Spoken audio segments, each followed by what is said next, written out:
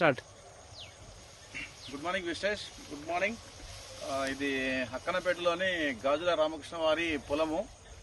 వెస్టేజ్లో మేము ఆయనకు సజెషన్ చేసి వాడిపించాము. ఒక దాదాపుగా 2 ఎకరాల వరకు వేసిండు. పోయినసారి ఒక హాఫ్ ఎకరాకి వేసిండు. ఈసారి మా సజెషన్ ప్రకారంగా 2 ఎకరాలకు వేసిండు. వరి వంగడాలు ఈ విధంగా మంచిగా పిలకలు 20, 30, 40 నుంచి పిలకలు వచ్చినాయి. మంచిగా వంగడాలు అయితే బాగా వచ్చినాయి. అంత ఎక్కువ వజన్ అయిపోయి అంత చేనంతా పడిపోయింది. మన దగ్గర దాకా మన ఛాతి మందం పెరిగింది.